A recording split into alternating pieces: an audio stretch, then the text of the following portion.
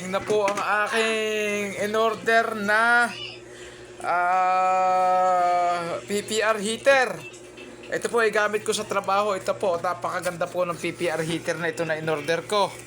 Gagamitin ko po kasi ito sa trabaho ko dahil PPR po ang in-order kong mga tubo na aking ikakabit. Ililinya roon sa bahay. Ito po aking bubuksan. Tako, alam ko po napakaganda ng PPR heater na ito. Ito po siya. Dumating na ang aking PPR heater. Ito po ang PPR heater ko.